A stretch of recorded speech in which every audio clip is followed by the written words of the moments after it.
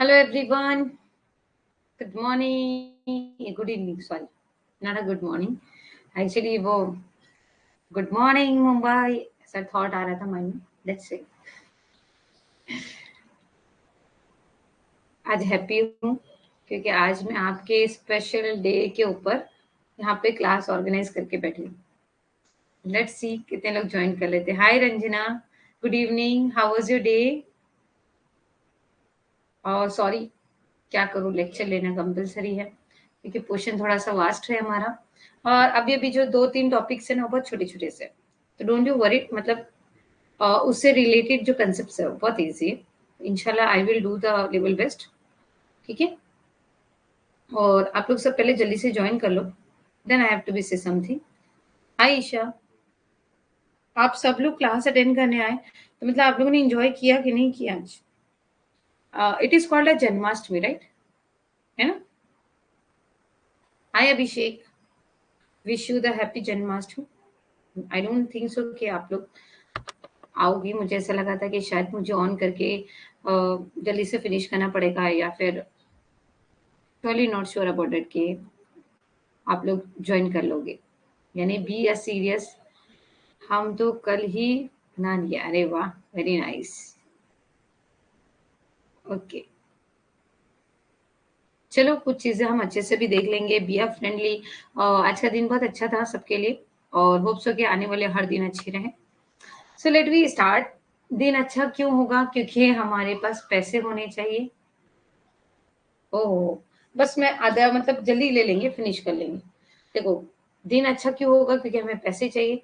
पैसे चाहिए तो खुशियाँ बहुत अपने आप जल्दी-जल्दी आने लगती हैं, क्योंकि हम और अच्छे से एन्जॉय करने लगते हैं. ठीक है? ज़रूरी नहीं है कि पैसों से खुशियाँ आती हैं, बट अगर हमारे पास पैसे होते, तो हम और अच्छे से एन्जॉय कर लेते. तब इन पैसों के बारे में बात करने के लिए आज का हमारा टॉपिक है business finance. This is great. मतलब एक थॉट अच्छा-सा बन गया. सही है ना? एक फंक्शन है, फंक्शन को एंजॉय करना है, फैमिली है, फ्रेंड्स है, सब लोग हैं, बट उसके अंदर और हैप्पीनेस कैसे आएगी? क्योंकि प्यार तो है, साथ तो है, रियलिटी पैसा चाहिए. तो ज्यादा प्रॉब्लम सॉल्व हो जाएगी, और अच्छे से एंजॉय करेंगे, मस्त वाला नाइट आउट कर लेंगे, और बहुत सारी इंजॉयमेंट हो जाएगी. तो इन सब चीजों के लिए हमें फाइनेंस की रिक्वायरमेंट पड़ेगी. तो चलिए आइए देखते हैं हम लोग फाइनेंस कैसे कलेक्ट करेंगे, कहाँ से कलेक्ट करेंगे, और फाइनेंस के सोर्सेस क्या बनेंगे. So let we start our new topic, unit number 4, business finance. Just wait, I just joined with my mobile phone, तो उससे मुझे आपकी चैटिंग इजी हो जाती है देखने में.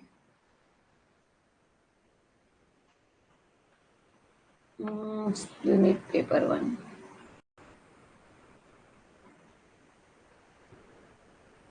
क्यों मेरी लाइव क्लास का क्यों नहीं दे रहा है?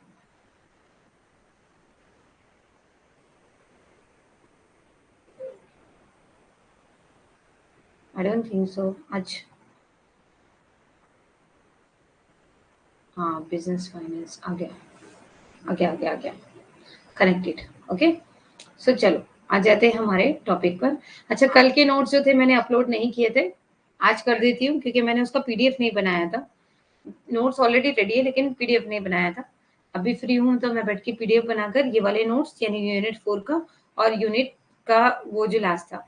अच्छा, बिजनेस इकोनॉमिक के अंदर जो बिजनेस स्टैटिस्टिक का फंड होता है वो भी इम्पोर्टेंट होता है, क्योंकि बिजनेस स्टैटिस्टिक के अंदर जो मीन मीडियन मोड का कंसेप्ट आता है वो ऑलरेडी हम इकोनॉमिकल फैक्टर में करते हैं. सो उन सारे कंसेप्ट में मिक्स हो जाता है. तो डोंट बी वरीड, हम करेंगे. बट आज का टॉपिक स्टार्ट कर लेते हैं, यूनिट 4. ओके. सो देखो, यूनिट 4 में आप लोगों को कंफ्यूजन दूर करने के लिए मैं आपको बता दूं कि जब हम यूनिट 4 स्टार्ट करते हैं तो यूनिट 4 के अंदर हमारे लिए कंसेप्ट क्या हो जाता है कि हमको पढ़ना क्या है. बहुत ज्यादा स्टूडेंट कंफ्यूज होते हैं कि मैडम इसमें हमारा यूनिट कौन से चल रहा है, हम कौन से टॉपिक पे बात कर रहे हैं, और ये टॉपिक जो है हमको लगता है कि ये वाले यूनिट का है कि ये यूनिट का है. तो अगर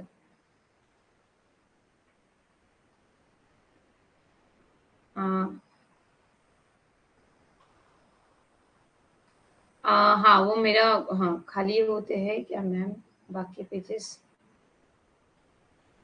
खाली एक्चुअली हाँ, 2-3 पीडीएफ के अंदर खाली नोट्स रह गए थे, क्योंकि वो मैंने बाद में चेकआउट किया कि कुछ पीडीएफ के अंदर खाली पेजेस भी हैं. तो उस पीडीएफ के खाली पेजेस को हमको नहीं निकालना है, जो स्लाइड्स है उनको ले लो आप। बुक तो मैं बना ही रही हूँ डियर, बुक इंशाल्लाह मैंने बताया था ना आपको, 1-1.5 महीना लग जाएगा, क्योंकि उसको मुझे ना बहुत अच्छे यूनिक तरीके से देना है। मैंने उसको स्टेबलाइज किया, सरप्राइज है आपका, तो डोंट वरी, वो सरप्राइज जैसे मैं डिस्क्लोज करूंगी तब आपको बहुत अच्छे से लगेगा, और इंशाल्लाह इंशाल्लाह इंशाल्लाह आपको बहुत अच्छी हेल्प मिल जाएगी ये बात नेट क्लियर करने के लिए। ओके, क्योंकि हम लोग क्या करते हैं, पीवाई क्यू लेके बैठ जाते हैं, पीवाई क्यू के बाद हम एमसीक्यू मॉक टेस्ट देते हैं, बट हमको पता ही नहीं होता कि मॉक टेस्ट के अंदर ये क्वेश्चन कौन सी यूनिट का आ रहा है। Got it? तो मॉक टेस्ट का कुछ वर्थ नहीं होता, पीवाई क्यू हम अंडरस्टैंड नहीं कर पाते कि कौन सी यूनिट का है। तो पीवाई क्यू का मैंने एक मतलब सरप्राइज रखा है यार, सरप्राइज रहने दो, थोड़ा रुक जाओ, ठीक है, बी आर पेशेंस। ओके, हाँ स्लाइड्स कम हो जाएंगे, डोंट वरी। सो चलो आ जाते हैं हम लोग के यूनिट नंबर 4 बिजनेस फाइनेंस पे। Scope and sources of finance, lease financing, ये हमको पढ़ना है। Cost of capital and the time value of money, capital structure क्या है, कैपिटल बजटिंग क्या है, डिसीजन क्या होता है, वर्किंग कैपिटल मैनेजमेंट क्या होता है, रिस्क रिटर्न एनालिसिस क्या होते हैं, इंटरनेशनल मॉनेटरी सिस्टम क्या होता है, फॉरेन एक्सचेंज मार्केट क्या होता है, international financial market and instrument क्या होते हैं, लाइक जीडीआर और एडीआर के बारे में देखना है, international arbitrage, multinational capital budgeting, ये सारी चीजों के बारे में हमको यूनिट नंबर 4 में पढ़ना है। Okay, so let we start. अब यहाँ जाता है हमारे यूनिट 4 का फर्स्ट स्लाइड।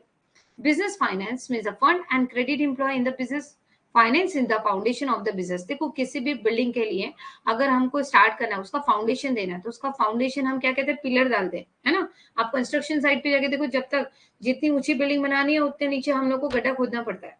तो क्यों? क्योंकि उसका फाउंडेशन देना पड़ता है, जितना नीचे वो स्टैब्लिश रहेगा तो उतना ही ऊंचा हम घर बना सकते हैं। सिर्फ घर को हम वो ब्लॉक वाइज घर बनाकर ऐसा घर नहीं चलता, उसके लिए उसको सपोर्ट के लिए हमको नीचे जो जितना भी स्पेस है उसके अंदर हमको फाउंडेशन डालना पड़ता है। सो उसी तरह बिजनेस, किसी भी तरह का बिजनेस हो, उसके फाउंडेशन का काम जो करता है फाइनेंस करता है। So finance requirement are the purchase assets, good, raw material and for the other flow of economical activity. पैसों की जरूरत में बिजनेस में कहाँ पड़ती है? असेट्स को परचेज करने के लिए, गुड्स को लेने के लिए, रॉ मटेरियल खरीदने के लिए, और other flowing activity of the economic, जो भी हमको लेन देन जो भी प्रोसेस करना है उसके लिए हमें ज्यादा से ज्यादा सिर्फ और सिर्फ पैसों की रिक्वायरमेंट होती है। Let us understand in the deep of the meaning of the business finance. व्यवसायिक वित्त का अर्थ है व्यवसाय में नियोजित धन और श्रम। वित्ती एक व्यवसाय की नींव है। वित्त की आवश्यकताएं संपत्ति, सामान, कच्चे माल और आर्थिक गतिविधियों के अन्य प्रवाह के लिए है। आइए बिजनेस फाइनेंस के अर्थ को गहराई से समझते हैं। यस, सिलेबस बहुत वास्ट है डियर, अभी तक आपने रिसर्च को नहीं देखा है। रिसर्च को जितनी गहराई में देखोगे उतना ज्यादा डूब जाओगे।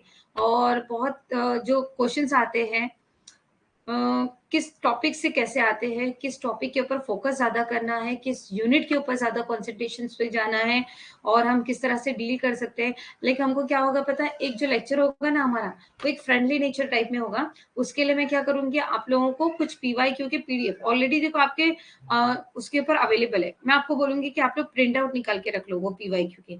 फिर मैं यहाँ से आपको यहाँ पे क्वेश्चन बताती जाऊंगी कि ये क्वेश्चन ये यूनिट का है और ये वाले टॉपिक से रिलेटेड है जो हमने यहाँ पे फिनिश किया था। ओके, सो उससे आपको अंडरस्टैंडिंग अच्छी हो जाएगी, पीवाई क्यू भी अंडरस्टैंड हो जाएगा, टॉपिक समझ में आ जाएगा कि जिस तरह अभी देखो ये टॉपिक्स मैंने आपके सामने रख दिया। ओके, तो अब इस टॉपिक के ऊपर बिजनेस फाइनेंस में इस टॉपिक पे क्वेश्चन पूछा था, इस टॉपिक पे पूछा था कि इस टॉपिक पे पूछा था। जब हमको ये टॉपिक क्लियरेशन हो जाएगा कि इस टॉपिक पे लास्ट ईयर आ गया, इसके पहले इस पे आ गया, इसके पहले इस पे आ गया, यानी हर साल लाइन वाइज टॉपिक पे जा रहा है। ओके, हो सकता है कि ये साल इसके ऊपर आ जाए, या हो सकता है कि वो डिस्ट्रीब्यूट करता है जिस तरह से 1 2 3 4 5 6 7 8 9 10, इसके अंदर 10 पॉइंट है। तो हो सकता है इन 5 में से वो 4 क्वेश्चन उसको बनाने, तो 10 में से कौन से 4 क्वेश्चन के ऊपर आता है? जीडीआर और एडीआर के ऊपर तो क्वेश्चन आता ही आता है, कैपिटल बजटिंग के ऊपर क्वेश्चन आता है, ठीक है, इंटरनेशनल मॉनेटरी सिस्टम के ऊपर आता है। उसके बाद इनमें से किसके ऊपर आता है? कैपिटल स्ट्रक्चर पे भी आ सकता है, क्या आ सकता है, तो ये सब देखना है। हाँ इंटरेस्टिंग यूनिट है इसीलिए बता रही हूँ, चलो आ जाओ सिखा देंगे। ओके, चलो, तो बिजनेस फाइनेंस का मीनिंग आपको समझ में आ गया। Now, according to the BO Wheeler, meaning of a business finance include those business activity that are concerned with the acquisition and conversion of the capital fund in meeting the finance need and overall object of the business enterprises. BO Wheeler earth of business finance में उन व्यवसायिक गतिविधियों को शामिल किया जाता है जो एक व्यवसायिक उद्यम की वित्तीय जरूरतों और सामग्री उद्देश्यों को पूरा करने में पूंजीगत धन के अधिग्रहण और संरक्षण के संबंधित है। मीन्स व्हाट कि हम लोगों को देखना है कि बिजनेस फाइनेंस के अंदर कौन कौन सी एक्टिविटी है, एक्विजिशन कितना लग रहा है, यानी हमको अगर कोई पिलर खड़ा करना है, कोई कंस्ट्रक्शन या कोई बिल्डिंग या कोई भी फाइनेंशियल इंस्टीट्यूट, या सोच लो कि हमको एक बिजनेस खड़ा करना है, तो बिजनेस खड़ा करने के लिए हमको पैसों का कितना कलेक्शन चाहिए। हम कन्वर्जेशन में, मीटिंग में कन्वर्जेशन करेंगे कि मेरे पास पैसा कितना है, लोगों से उधार कितना लेना है, लोगों से लोन के क्राइटेरिया पे कितना लेना है, लोगों से इक्विटी में कितना पैसा लेना है, लोगों से प्रेफरेंस में कितना पैसा उठाना है। It is kind of a collection of the money, so it is called a business finance. Okay. Now, business is identified with the generation and product circulations of and services of fulfill needs of the society. For successful doing an operation, business require money, which is known as a business finance. Therefore, funds are known as a lifeblood of the any business. A business will not function unless there is a adequate money accessible for use. देखो, business identify generation क्या करता है कि हम लोग को एक product circulation बनाना है और सर्विसेज देना है। यानी हम लोग आज क्या करना चाहते हैं कि मैं एक फर्म ओपन करना चाहती हूँ जिसके अंदर एक प्रोडक्ट बनाना चाहती हूँ जो बेचना चाहती हूँ, और उसके साथ उस प्रोडक्ट पे आपको सर्विस भी प्रोवाइड करना चाहती हूँ। लेकिन इस काम को करने के लिए मुझे जरूरत पड़ेगी फाइनेंस की। फाइनेंस जो होता है पैसा होता है, यानी जिस तरह से हमें जीवन जीने के लिए हमारे शरीर में खून की जरूरत ज्यादा होती है, एक थॉट हो जाता है ना, खून की जरूरत ज्यादा है, अगर खून नहीं होगा तो हमारे जिस्म मतलब हम जिंदा नहीं रह पाएंगे। सो एग्जैक्टली बिजनेस के अंदर फाइनेंस नहीं होगा तो बिजनेस जी नहीं पाएगा। तो फाइनेंस की रिक्वायरमेंट एज अ ब्लड कहलाता है बिजनेस के लिए। Is this clear? Please let me know. व्यवसाय की पहचान समाज की जरूरतों को पूरा करने के लिए उत्पादन और उत्पादित परिसंचरण और सेवाओं से की जाती है। के लिए किसी भी व्यवसाय को सफलतापूर्वक करने के लिए धन की आवश्यकता होती है, जिसे व्यवसाय की वृत्ति के रूप में जाना जाता है। इसलिए निधियों के किसी भी व्यवसाय के जीवन रक्त के रूप में जाना जाता है। एक व्यवसाय तब तक कार्य नहीं करेगा जब तक उपयोग के लिए पर्याप्त धन उपलब्ध न हो। Is this clear everyone? Please let me know.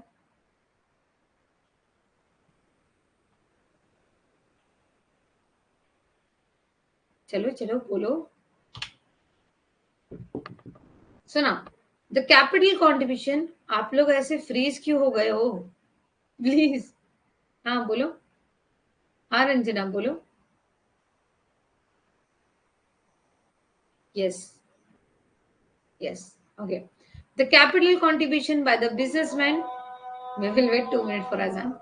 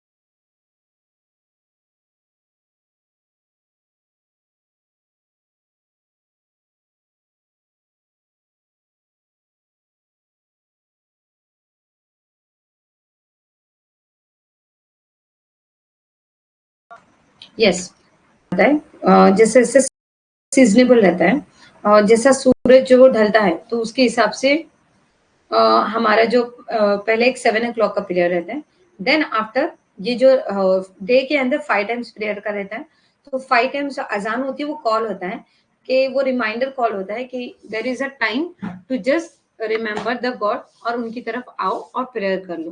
तो ये हमारे लिए एक सुपर चीज हो जाती है कि एक कुदरती हम लोगों को एक चीज प्रोवाइड हुई है कि you should have to be pray easily, कि हमको रिमाइंडर, यानी इंसान कहते हैं ना कि काम में भूल जाता है, सिस्टमेटिकली कुछ चीजें आगे पीछे हो जाती हैं, तो हमको एक मेल्स कैंडिडेट को जो रहता है टाइम रहता है कि मतलब पूरे बॉयज कंटेन एक साथ मस्जिद में जाके उस प्रेयर को करेंगे, और फीमेल को टाइम लिमिट दी जाती है because they have a house hold work. तो मेल कैंडिडेट को हाफ प्रेयर्स मस्जिद में पढ़नी होती है और हाफ प्रेयर घर में आके करनी होती है, ताकि जो लेडीज है वो भी हमारे घर में नमाज साथ में पढ़ सके। So that is a call. अजान को हमको रिवाइज करना होता है, इट इज दैट्स वे, मतलब मैं आप लोगों को माइक म्यूट कर देती हूँ कि जो अजान देती हूँ उनको रिपीट करना होता है, तो उसके अंदर भी हम लोगों को बोनस पॉइंट्स मिलते जाते हैं, यानी सवाब मिलते जाता है, यानी पुण्य हमारे इंक्रीज होते जाते हैं। Okay, so let we come our topic.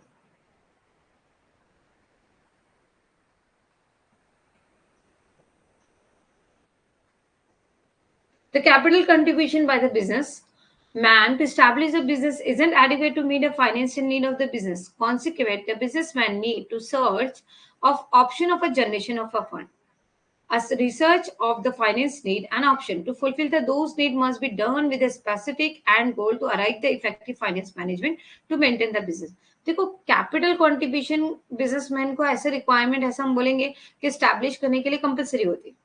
तो business inner educate to meet a financial need, business को फाइनेंस की नीड नहीं पड़ती, हमको अपना बिजनेस कितना डेवलप करना है उसके ऊपर फाइनेंस की नीड करती है। अगर मैं चाहती हूँ कि एक छोटा सा शॉप ओपन करके बैठ जाऊं, अगर मैं छोटा सा ही आपको स्क्रीन लेके बैठ जाऊं and I am going to explain you, so it is not a good way, मतलब वो हमारी एक लिमिट हो गई। अगर मुझे एनहांस करना है, डेवलप करना है, तो उसके लिए मुझे प्रोसेस की रिक्वायरमेंट होगी, प्रोसेस के लिए फंड की रिक्वायरमेंट होगी, और फंड जो हम लोग को कलेक्ट करना है उसके लिए हमको स्पेसिफिक नीड एक्वायर्ड होगी। अब वो नीड को हमको मैनेज करना पड़ेगा कि पैसा कहाँ कहाँ से कलेक्ट करें और पैसे को कहाँ कहाँ पे इन्वेस्ट करें। So it is called a financial management to maintain the business. Thank you so much.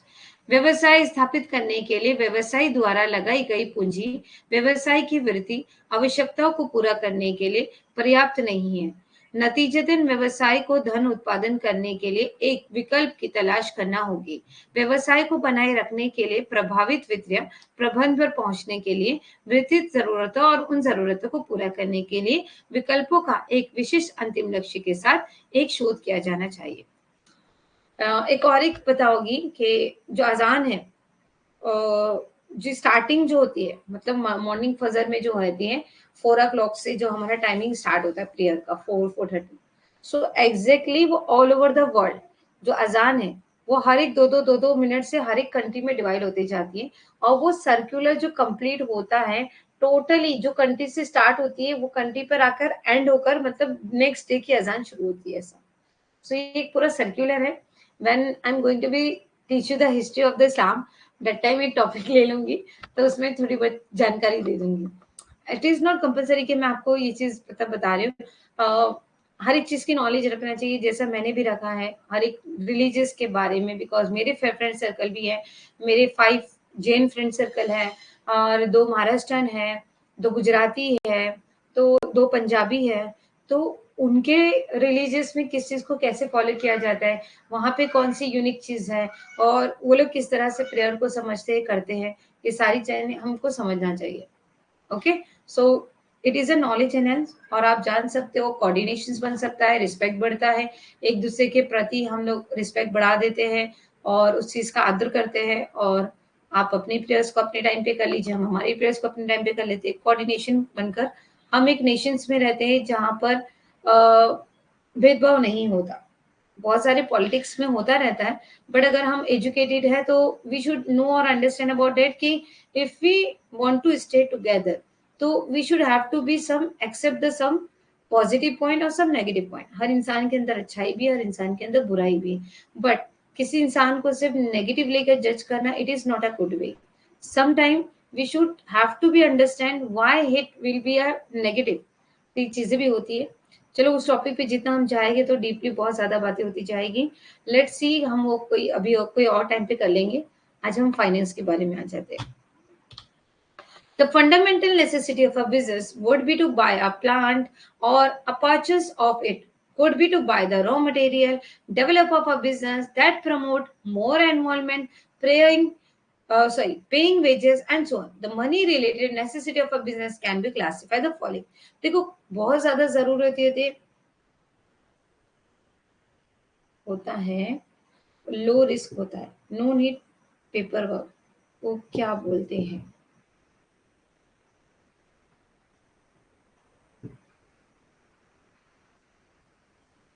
आपका क्वेश्चन मैं समझ नहीं पा रही हूँ अभिषेक। एक स्मॉल बिजनेस है जिसे हम सोल ट्रेडिंग कंसर्न कहते हैं, जहाँ पे जब सिंगल ओनरशिप होता है तो उसे हम सोल ट्रेडिंग कंसर्न या सिंगल ओनर फर्म कहते हैं। लो रिस्क होता है, yes it is a low risk कहेंगे, बिकॉज जो पर्सन जो है उसके लिए रिस्की होता है, because the manage and control the only the single person, no need paper work को क्या कहते हैं?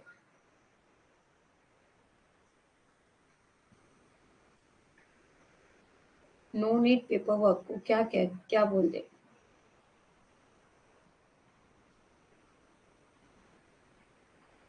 क्या कहते हैं Abhishek? Sole proprietorship, sole trading concern. Is this clear? चलो आ जाओ।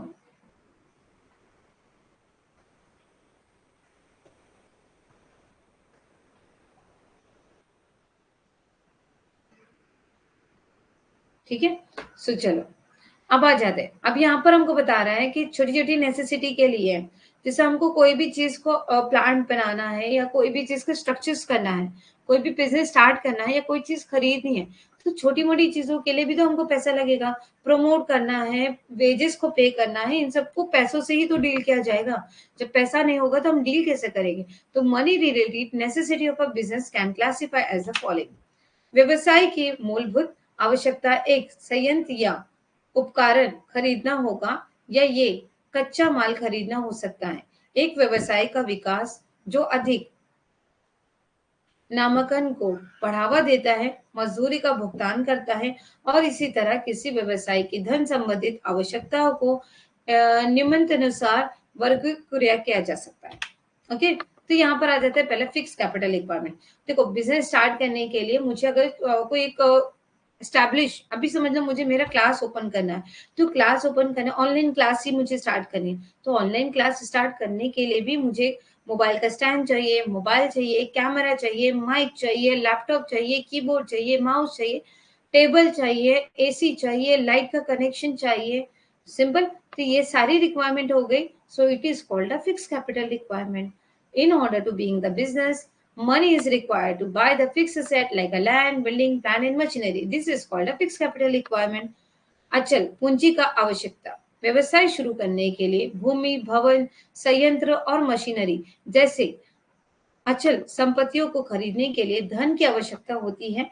इसे फिक्स कैपिटल रिक्वायरमेंट्स भी कहा जा सकता है। Working capital requirement. A business need a fund for its day-to-day activity. This is known as a working capital requirement. Working capital is required for the purchases of raw material, paid salary, wages, rent and taxes. यानी देखो fix capital यानी एक जगह investment कर दिया। आज मैंने laptop खरीद लिया, मुझे 5 साल 10 साल तक देखने की जरूरत नहीं। कैमरा खरीद लिया, उसको स्टैब्लिश कर लिया, मोबाइल खरीद लिया, मोबाइल का स्टैंड खरीद लिया, एसी फिट कर लिया, ये मेरे लिए एक लाइफ लॉन्ग टाइम हो गया। 4-5 साल तक तो अल्हम्दुलिल्लाह चल ही जाएगा। सो नाउ वर्किंग कैपिटल की रिक्वायरमेंट क्या होती है? वर्किंग कैपिटल डेली ट्रांजेक्शन तो करना है, डेली इंटरनेट का पैसा भरना है, उसके बाद अगर मतलब एंटीवायरस का मुझे उसके अंदर फॉर्मेट डालना है, उसके बाद मुझे क्लीन अप करना है, या फिर कोई चीजें एडिशन, स्लाइड्स बनाने के लिए पैसों का इस्तेमाल करना है, कुछ नई चीजें खरीदनी है ना? और अगर जैसे ही मतलब जीतू भैया ने हम लोग को हायर किया तो उनको हमको सैलरी पे करना है, तो ये सारी चीजें क्या कहलाती है? वर्किंग कैपिटल, यानी डे बाय डे ट्रांजेक्शन्स करने वाली चीज को हम कहते हैं working capital. Diversification. A company need more fund to diversify its activity, become a multi-product company, ITC. यानी देखो हम लोग जो हमारा बिजनेस यूज कर रहे हैं तो उसके लिए सम टेक्नोलॉजी भी तो यूज करनी होती है। ऐसा तो नहीं है कि सिर्फ मेरे और आपके बोलने से काम चल जाएगा। हमको एडवर्टीजमेंट करनी है, हमको प्रमोट करना है, हम उसके लिए गूगल यूज कर सकते हैं, इंस्टाग्राम का पेज बना के दे सकते हैं, यूट्यूब चैनल ओपन कर सकते हैं। It is called diversification. Technology upgrading finance are needed to adopt the latest technology. For example, use a particular software, latest computer in the business. ये सारी चीजें टेक्नोलॉजिकल यूज को अपग्रेड करना, enhance करना, ये सब चीजें आ जाती है टेक्नोलॉजिकल चीज में। अब हमारा सेकेंड पॉइंट था capital structure. From a technical perspective, capital structure is a careful balance between the equity and the debt. देखो कैपिटल स्ट्रक्चर मैंने आपको लास्ट टाइम पे भी बताया था कि हमको सोर्सेस ऑफ कैपिटल अगर कलेक्ट करना होता है तो हम दो तरीके से करते हैं। एक तो हम इक्विटी और प्रेफरेंस शेयर के थ्रू से करते हैं और एक हम डेप्थ लेके करते हैं। तो इक्विटी मतलब अगर मैंने पब्लिक से पैसा कलेक्ट करा न्यू बिजनेस स्टार्ट करने के लिए, it is called equity capital. और अगर मैंने आप लोगों से जानती हूँ, आप लोगों से कहा कि आप लोग जो है मेरे साथ कोऑर्डिनेटिव हो, समझ लो मेरे साथ जो टीचिंग स्टाफ है वो मेरे कोऑर्डिनेटिव, आप लोग मेरे लिए अननोन पर्सन हो। ओके, आप लोग मेरे लिए अननोन पर्सन हो। आप लोग अगर मेरे बिजनेस में पैसा लगा रहे हो तो आप लोग मेरे लिए कौन हो गए? इक्विटी हो गए। मेरे साथ जो मेरे कॉलीग्स है, जो मेरे टीचिंग स्टाफ से जिनको मैं जानती हूँ, उनको कहा कि मेरे बिजनेस में इन्वेस्ट कर दो, तो it is called a preference capital. अगर मैंने कहा कि अगर मुझे एनहेंस करना है, लार्ज करना है, डेवलप करना है, उसके लिए मुझे पैसों की रिक्वायरमेंट है और मुझे शायद से और पैसों की रिक्वायरमेंट होगी, तो मैंने कुछ प्रॉपर्टी के पेपर्स रख के पैसा ले लिया या बैंक से पैसा ले लिया, तो it is called the depth. Depth मतलब लोन लेना, उधार लेना। So business used to finance asset day-to-day operation for the fund and growth. The capital structure is mixed between the owner fund and borrowed fund. Owner fund यानी मेरा पैसा equity से कितना आया, प्रेफरेंस से कितना आया, और बोरोड फंड मैंने उधार कितना लिया।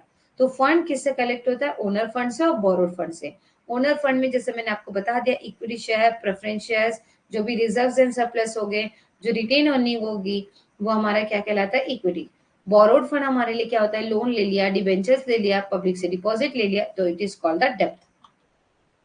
पूंजी, ये उसका मीनिंग था। तो फंड्स यानी कलेक्ट करना। In short, capital structure is a mix for the long term sources of fund.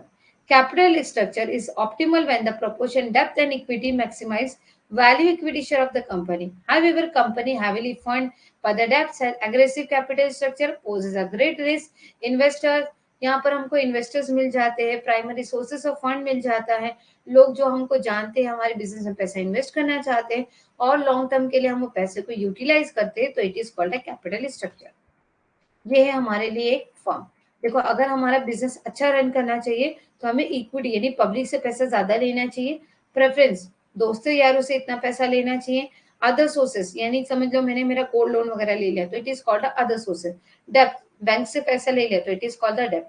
तो ये जो पार्ट्स है वो इतना कम में होना चाहिए और इक्विटी हमारी ज्यादा होनी चाहिए। क्यों? क्योंकि अगर हमने रातों रात बिजनेस बंद कर दिया तो हमको कर्जा किसी का ज्यादा नहीं रहेगा, इनका पैसा डूबता है तो डूबने दो।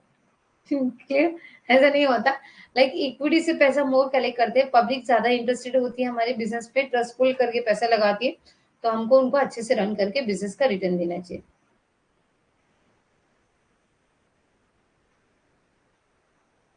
शेयर ज्यादा इजी होता है डिबेंचर के बिहाफ में, बिकॉज डिबेंचर जो होते हैं अगर हम लोगों को कुछ फाइनेंस की रिक्वायरमेंट ज्यादा होती है तब हम एज अ डिबेंचर्स इशू करते हैं। तो share is a more benefited business की स्टार्ट करने के लिए, क्योंकि शेयर्स के थ्रू से हम अननोन पब्लिक से लेते हैं, डिबेंचर्स में भी लेते हैं, बट शेयर से हम लोगों को ज्यादा से ज्यादा मार्केटिंग मिलती है और इंटरनेशनल लेवल पर हमारे लिमिटेड में कंपनी रजिस्टर्ड होती है, जिसके अंदर इंटरनेशनल लेवल से भी पब्लिक हमारी कंपनी में उस प्रोडक्ट को जनरेट करने के लिए, एनहांस करने के लिए पैसा इन्वेस्ट करते हैं। देखो डेप्थ वर्सेस इक्विटी, क्वेश्चन आपका आंसर यहाँ पर आ गया। कॉस्ट ऑफ डेप्ट is low than the cost of equity, but डेप्ट is riskier than the equity. The reason of there are lender earn and assurance interest and repayment of the capital. जब हम depth लेते, कर्जा लेते हैं ना, तो कर्जा लेते तो उसके अंदर हमको इंटरेस्ट भी पे करना होता है और हमको उनका पैसा रिटर्न भी देना होता है। और वैसे ही अगर हम इक्विटी लेते हैं तो इक्विटी का हम कैपिटल का पैसा रिटर्न नहीं करते, हम इक्विटी के इन्वेस्टमेंट करने पर उसको हम सिर्फ और सिर्फ रिटर्न देते रहते हैं। जब वो पैसा अगर विड्रॉल करना चाहता है, तब टर्म्स एंड कंडीशन के हिसाब से उसको पैसा रिटर्न देते हैं। अदरवाइज अगर हम किसी से उधार लेते हो, अभी समझ लो मैंने आप लोगों से पैसा लिया, तो आप लोगों ने मेरे पर ट्रस्ट करके पैसे लगाए, मैं आपको हर साल रिटर्न देती रहूंगी उस पैसे पर। और जब आप लोग चाहोगे कि चलो अब बस हो गया, मुझे आपकी कंपनी में नहीं करना, तो आप विड्रॉल करना चाहते हो, तब वो चीज विड्रॉल कर सकते हो। लेकिन जब हम डिबेंचर लेते हैं या डेप्थ लेते हैं, तो उस समय हमें उसको इंटरेस्ट भी पे करना होता है, प्लस उसके साथ उसको उसका कैपिटल का अमाउंट भी रिटर्न देना पड़ता है। तो ये क्या हो जाता है, थोड़ा रिस्की हो जाता है, क्योंकि उतना सब रिटर्न देने में हमको लॉसेस ज्यादा हो जाते हैं। फिर टैक्सेस भी पे करने होते हैं, लाइबिलिटीज भी देनी होती है। बस 2-4 स्लाइड है बेटा, और ज्यादा नहीं है।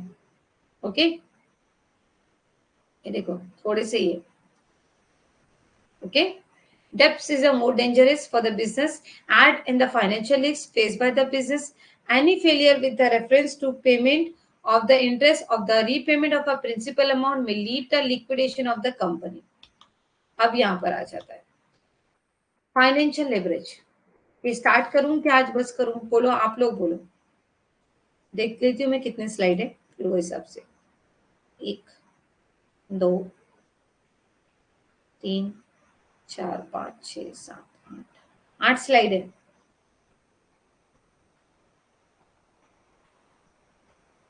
ओके ओके, चलो ठीक है, कोई इशू नहीं है। आप लोग आपका फंक्शन एंजॉय कर लो, don't you worry. We will continue as on tomorrow. Hope so कि आज का लेक्चर आपके लिए अंडरस्टैंडिंग हो और बेस्ट हो। ठीक है, डोंट वरी। बेटा शेयर्स में अपने को प्रॉफिट नहीं होता, शेयर से अपने को पैसा तो मिल जाता है। ओके, शेयर्स का पैसा हम लोग अभी समझ लो आपने शेयर से पैसा लगाया, तो मैंने आपका पैसा यूटिलाइज किया और मैं प्रॉफिट अर्न करके आपको प्रॉफिट दूंगी। लेकिन नॉट श्योर कि मैं हर साल आपको बताऊंगी कि मुझे प्रॉफिट हो रहा है। किसी साल मैं बोल दूंगी कि अरे कोविड सिचुएशन आ गई, मुझे लॉस हो गया, तो ये साल मैं प्रॉफिट नहीं दे सकती हूँ। तो आपको उसके ऊपर बेनिफिट हो भी सकता है, बेनिफिट नहीं भी हो सकता है। और डिबेंचर के अंदर अगर मैं लोन लेती हूँ, देखो मेरे लिए बेनिफिट क्यों है इक्विटी, क्योंकि आप लोग मुझ पे पैसा दे रहे हो और मुझे आपको रिटर्न नहीं देना। मुझे आपको रिटर्न में क्या देना है, साल के आखिर में जो भी प्रॉफिट होगा उसमें से 5%, 10%, जो भी आपकी शेयर्स की वैल्यू के हिसाब से बनेगा वो देना है ना।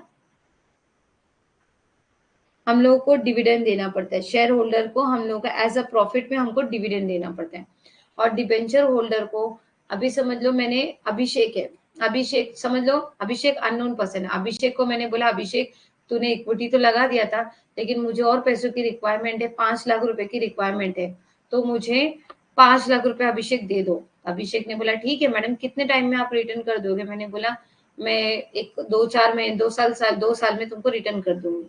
अभिषेक ने बोला ठीक है, लेकिन उसके ऊपर तुम मेरे को 10% ब्याज दे देना। ठीक है भाई। तो अभिषेक ने क्या बोला, इंस्टॉलमेंट पे, जैसे अपन मोबाइल फोन लेते हैं ना, तो अभिषेक को मेरे को हर साल जो है 5 लाख में से 1 लाख रुपए, 5 साल के लिए मैंने 5 लाख रुपए ले लिया, तो अभिषेक को 1 लाख रुपए भी रिटर्न देना है। अभिषेक को उसके ऊपर ब्याज भी देना है, और अभिषेक को बिजनेस में से जो प्रॉफिट हुआ उसका भी पैसा थोड़ा शेयर करना है। तो मुझे तो नुकसान हो रहा है। लेकिन जब बिजनेस में पैसों की रिक्वायरमेंट होती है, तो उस समय हमें डिबेंचर से भी पैसा उठाना पड़ता है। इक्विटी में हमारे लिए बेनिफिट ये हो जाता है कि सिर्फ हम पैसा ले लेते हैं और प्रॉफिट हुआ तो देंगे, नहीं हुआ तो बता देंगे कि देखो कंपनी घाटे में चल रही है तो हम नहीं दे सकते। इक्विटी शेयर होल्डर कुछ नहीं बोल सकता है, भाई पैसा ठीक है अटक गया है मेरा पैसा तो।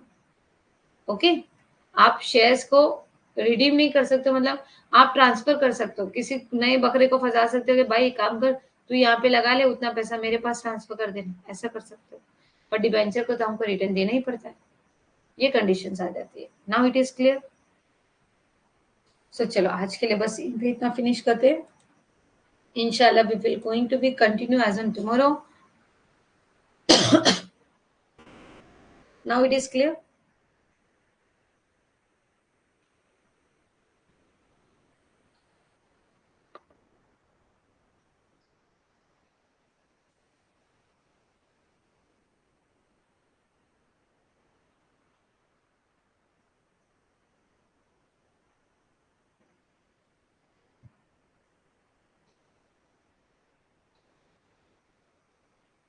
ओके, तो चलो बाय बाय एवरीवन।